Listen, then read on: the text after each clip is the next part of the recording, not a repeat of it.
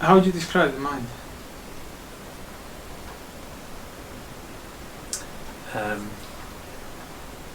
Well, I guess one way is it's that faculty of the body. So are we talking about mano? That's what I was Oh, thinking. about I was chitta. just thinking mano then. Let's talk about mano then. Okay. Which So- is the Dhamma part of us. Yeah. The very beginning. Yeah. He So says all the mind. things are preceded by mind, It's the forerunner. excelled by mind, made by mind, Mind by as in mano. as in mano. Yeah. Mano pubagama, mano seta, mano Yeah. maya. So it's mano. It's more like an intellect. It deals with thoughts, rationale. I don't really think of it. Mm. Well, I was thinking of it more as I guess it's bodily in the sense like the eye, the ear, the nose. It's part of the six domains. Exactly. That's what I mean. Yeah, so it's bodily. Dealing with thoughts, as in not necessarily understanding it. Yeah, that's it. So you can't even positively define mano. Like, oh, mano is this, no because there would be a thought. thoughts exactly.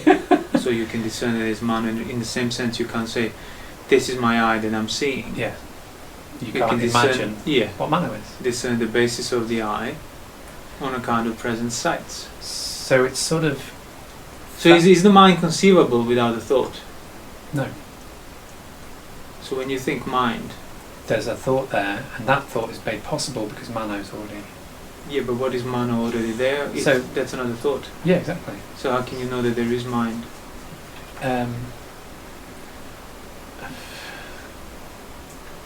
Something making this possible.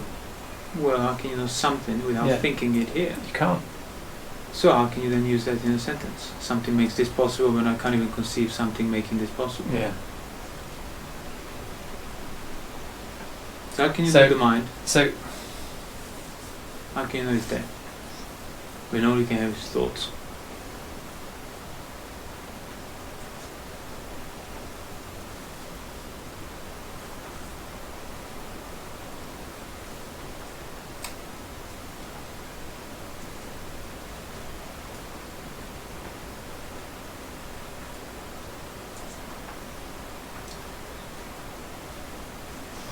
So I guess it's just, I just want to say it's the necessary basis for. Sure, This- that's this- a correct theoretical answer. Yeah. How can you know necessary basis? I mean, how can you even conceive that? Even as a theoretical designation. I guess because if you know that these thoughts, anything I could imagine Mhm. is impermanent. Mhm. It's basically unownable. It's unreachable because it's fully dependent on something which is mine. Okay, I mean, the first 2/3 of that sentence I could agree with, but how can you say, oh, this is unreachable? So you're describing a direct experience. These thoughts Yeah. are impermanent, they're the true anicca, because of the mind. What No. part of experience does correspond to that because of the mind? Just- Except abstract part. Or just something that's beyond me. Again, how can you even conceive? Yeah.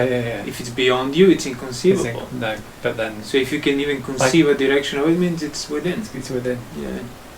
So where's the problem there? What's the problem there?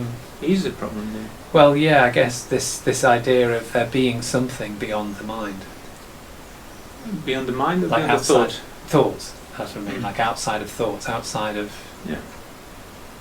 that's what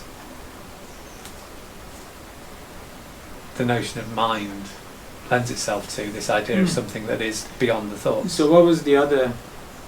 What's the common thread between this what we're talking about and the other two sankharas we were speaking about? What's the nature of ignorance plus sankhara? What does that result in? Do you mean the assumption of something outside? Exactly. Yeah. So that's exactly what you've been doing now. When I ask you what is the mind, you start with a base of thought, but then provide an external description of a necessary basis or whatever else. Which is how is that even conceivable? How can you conceive the outside of the present enduring thought? Yeah. And that's why the mind is the most fundamental appropriation and assumption pertains to it.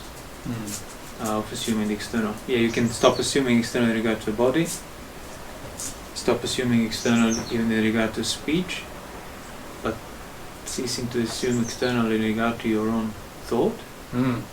So you realize that's a slightly taller order.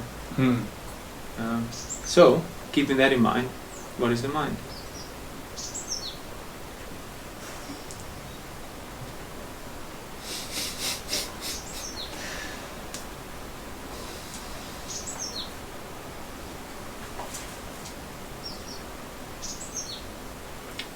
Well, can I say anything differently?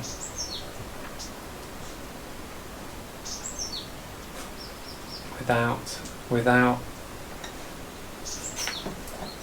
trying to designate something which is outside of my thoughts.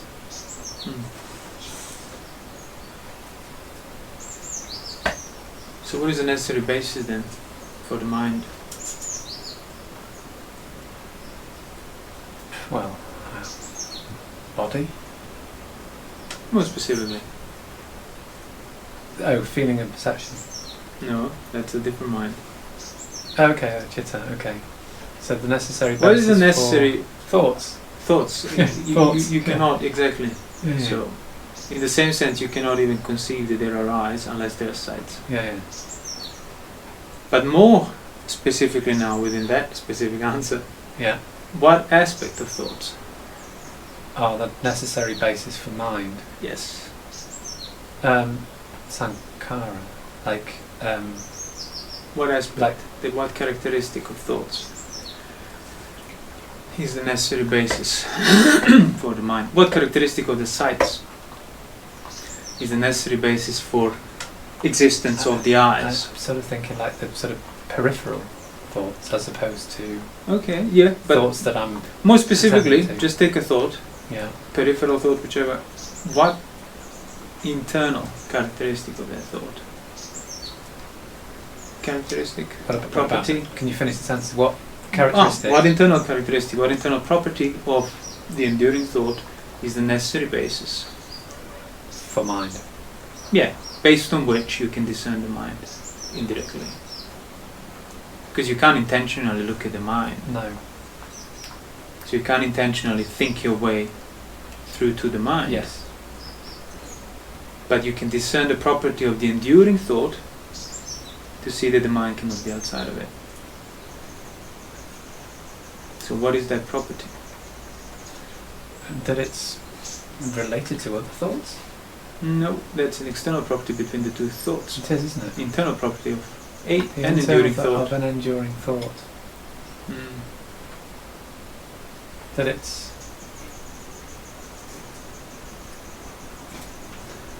it has manifested on its own. Exactly. That's it. That to a degree, it resists you. Yeah. Same as sights, sound, smell, taste, touches. To that degree, they're independent. To the degree of their independence, they are unknowable. And you realize that degree is the degree that comes first. Now you can exercise your ownership, you can think this, you cannot think that, on top of the degree of their resistance. Because if there is absolutely not a trace of their resistance manifested, well, Then they you would could manifest. There would be nothing discernible. Okay, yeah. And to that degree, that's where the mind is. So it's not on the level of you thinking or you using the intellect. It's on the level of discerning the degree of the independence of those thoughts that kind of precede your intentionality. But I don't quite see how that clarifies the mind. Well, it clarifies the mind in a sense that can resistance of a thought be outside of a thought? Can Can the it be resistance of a thought be outside thought? Well, no. Can you even define it even abstractly? No. Resistance of what without saying what? Yeah. So it's inconceivable to misconceive it outside of the thought. Mm. And that's basically where the mind is. So the manifestation of a thought in its impermanence, Mm-hmm. to that extent, that's where the mind is.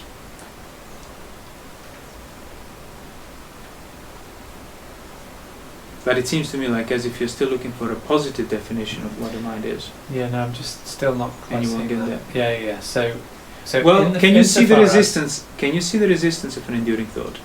Can you see the resistance of an enduring thought? Yeah, that it has arisen on its own. Okay, well, that's where the mind is. Why do you think it's relevant? Why do you think the mind is the forerunner of all things? Because if you don't see them as impermanent, it determines the whole direction of assumed permanence, ownership, desire, lust, aversion, everything else. If at that level you don't ignore the arisen independence, resistance, unownability of a thought, Mm-hmm. the mind doesn't go down those pathways. So then the necessary basis can be revealed indirectly. Exactly, yeah. And there's no like neutral basis. Like It's either affected yeah. or unaffected. So you probably won't like the way I put this, but by sort of not ignoring the fact that these thoughts have just been thrown up, they're just there. Mhm. That kind of reveals the fact that there is a necessary basis for those, which isn't me. And that's what Sure, mind is. sure. That's what mind is. Yeah. And in order to avoid the danger of falling into abstract, because as the Buddha said himself, the mind is hard to see, discern, undo the ownership of, because it's fleeting, moves quicker, da-da-da-da-da. Think of it practically. Think of it like this, basically. Mindful of the body, right here, right now, presently enduring.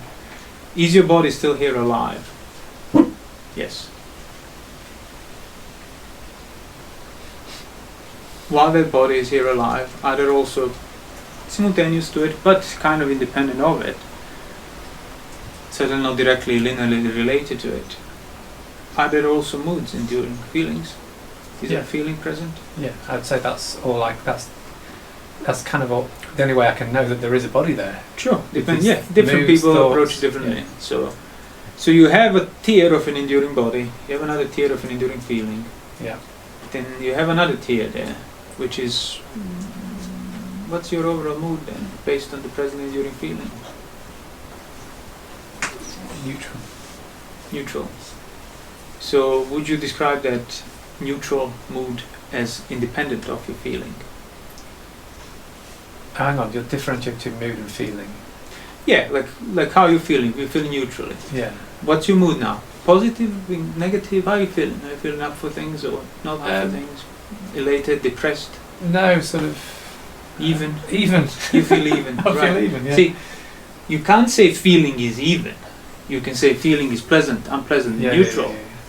But you can say that your mood based on your feeling is even. Yeah. But what does that also involve? The description of evenness. It involves how you feel, Yes. and it involves how you perceive.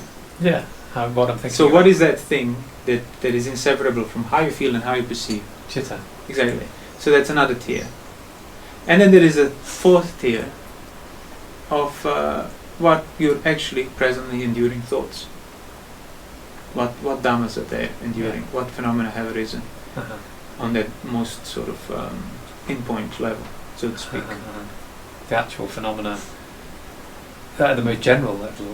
Well, you say, general Like- depends. In the content, yeah, they're particular. In the nature, they're general.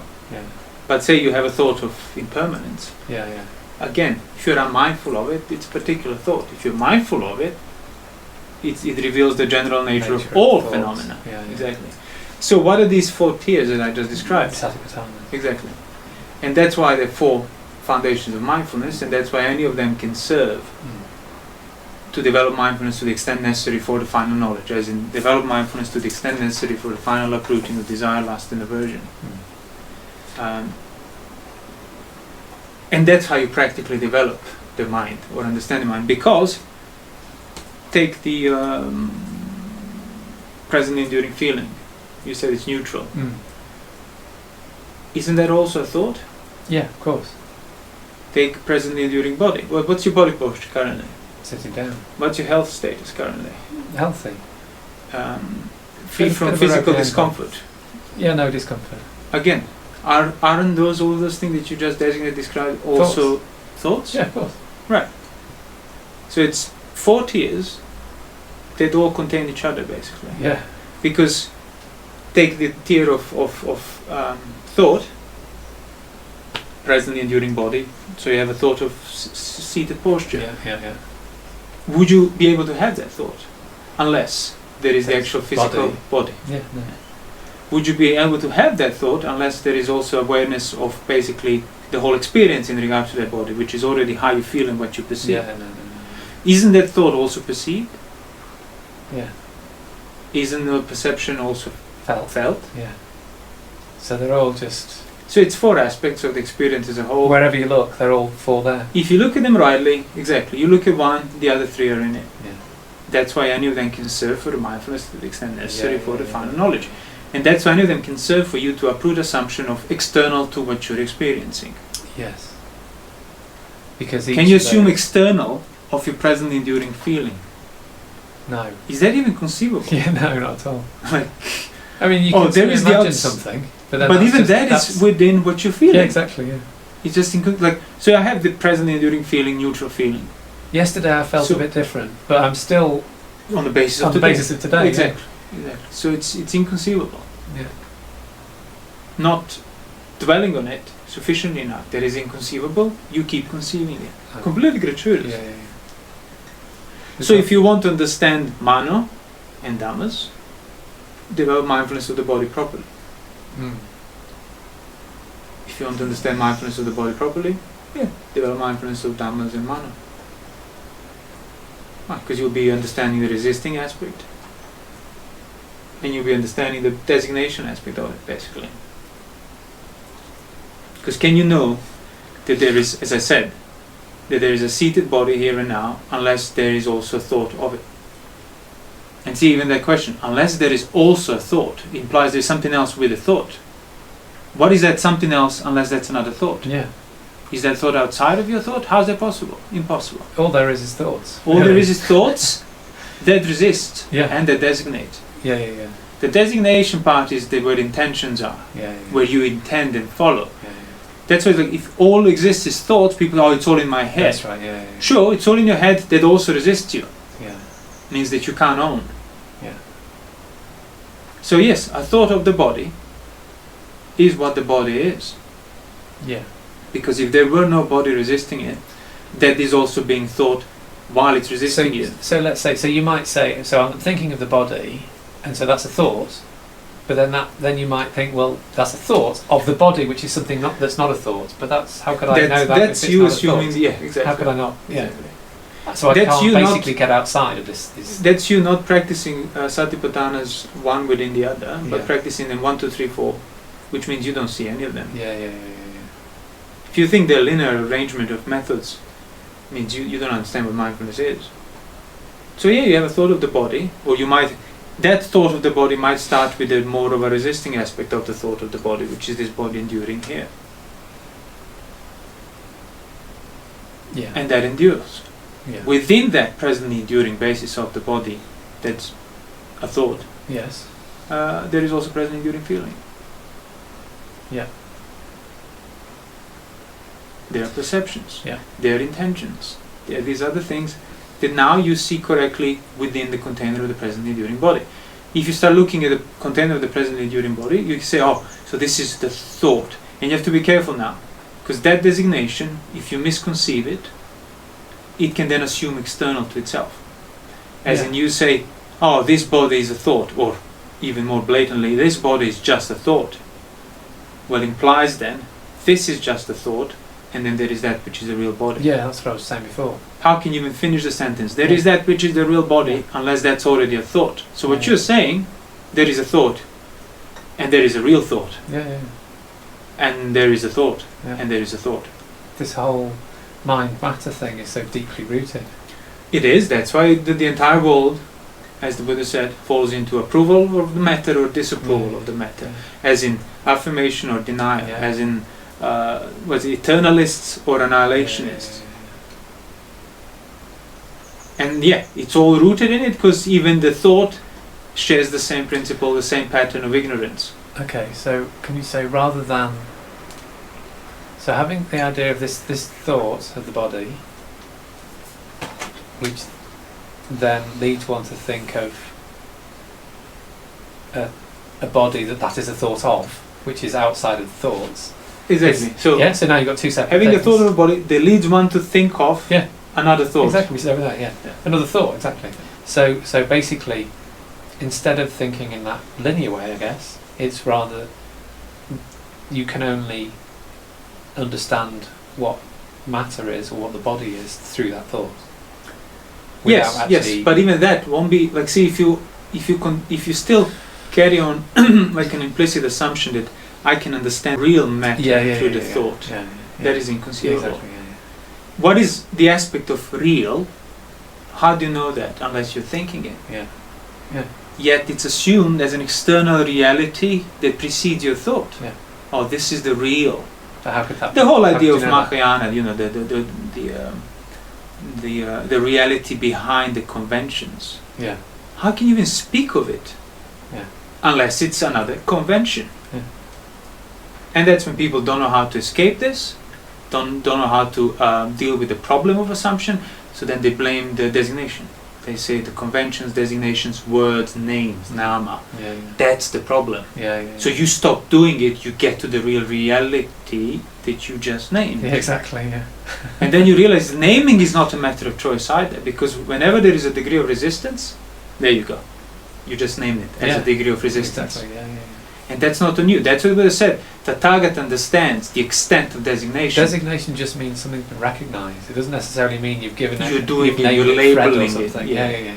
Sure, labeling, naming come out of it, but it's far down the road. But then, just the recognition that something's there. People don't know how to deal with the problem, so then they try to identify it with labeling and naming, which is easily dismissible. Just refrain from naming, and that's the reality. You can't refrain from thought. That's already a designation in itself that resists you. Sorry, you can't refrain from... You can refrain from engaging upon thought in a certain manner, but you can't refrain from having thoughts. And those thoughts are already designated to that extent that they resist you. And they do resist you because, again, they appear to you, for you. So mindfulness of the body is then mindfulness of your thoughts. Mindfulness of the thoughts properly, as I said, to the discerning the extent the thought resists you already implies fundamental resistance, which is resistance of the senses and the body. So mindfulness of the thoughts properly means mindfulness of the body properly. And everything in between being feelings and moods. Because all of that is inconceivable without feelings and moods. Exactly, it's just inseparable from. So you can pick the aspect you want to do, but you'll be developing all them if you're doing it rightly. But you don't need to kind of look at the other one and go, no, you just like by. No, that's if you're comparing them, you have none.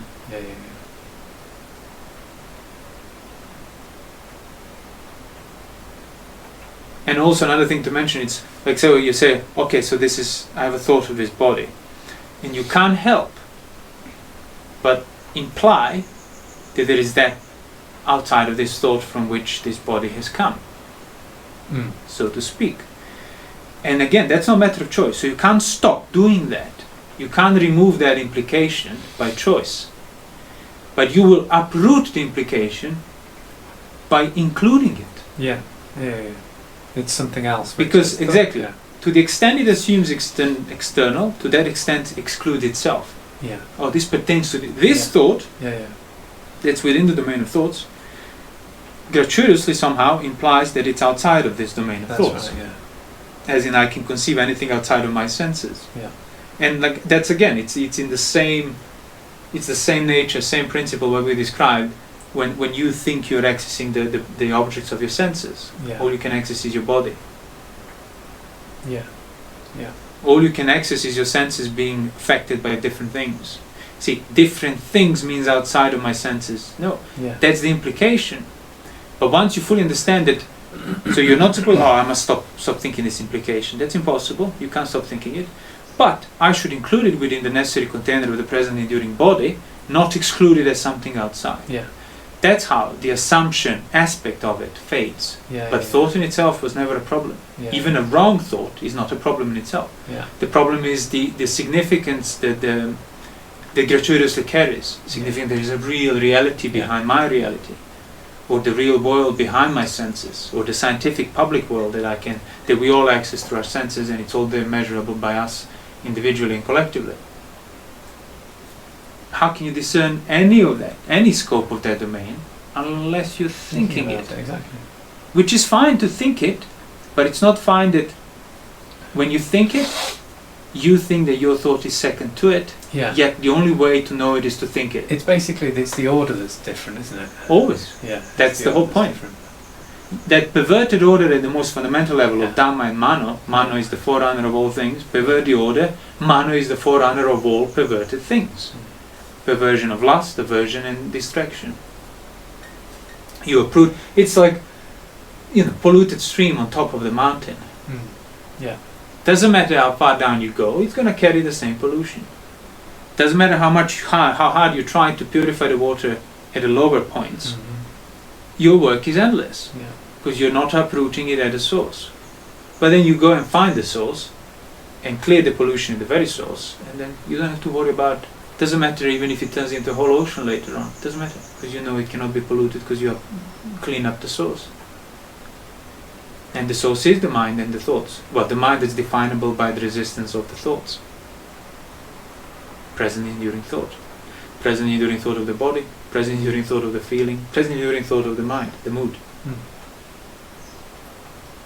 Present enduring thought of impermanence. Present enduring thought of suffering.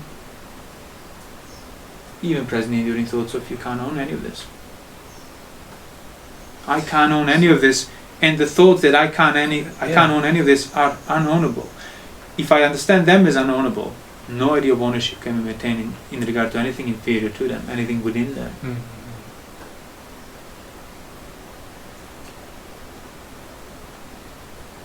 And so all perceptions, sight, sounds, Smells, tastes, touches. That's all secondary. Sure.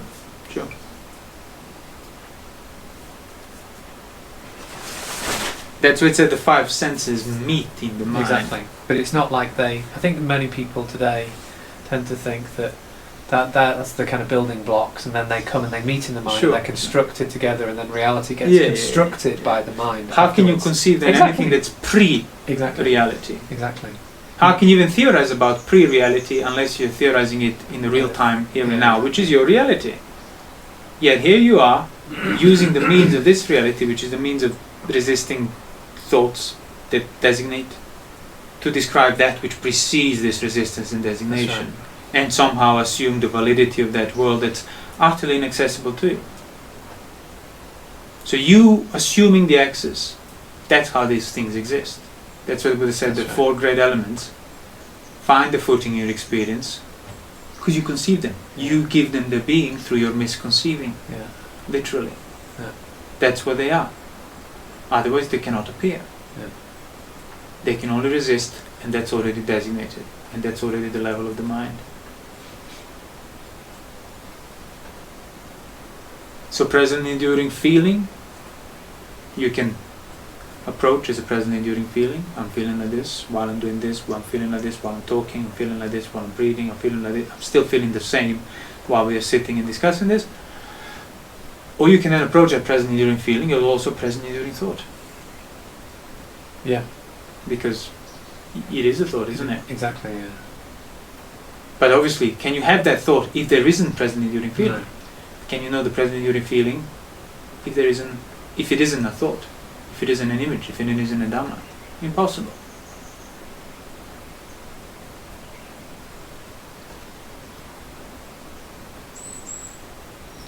Then there's a tendency to think that This the feeling is exactly. thought. Yeah. That's what I mean. If you're comparing the approaches, you're not doing either. So, and the way to avoid that is to include the feeling within the thought. Sure. Include your need to compare Yeah. within Which the is present another enduring thought. feeling, or within any present enduring tear, within any present enduring anchor. So you can think about the thoughts on the basis of being mindful of the present enduring body. Yeah. You can think about feeling on the basis of present enduring thoughts. Whichever way you rooted your mindfulness, that's fine. But it will have to be rooted in one of these four things. There's nothing outside of these tears that you can think or experience that's not within one of them, which implies all the other ones. Mm-hmm.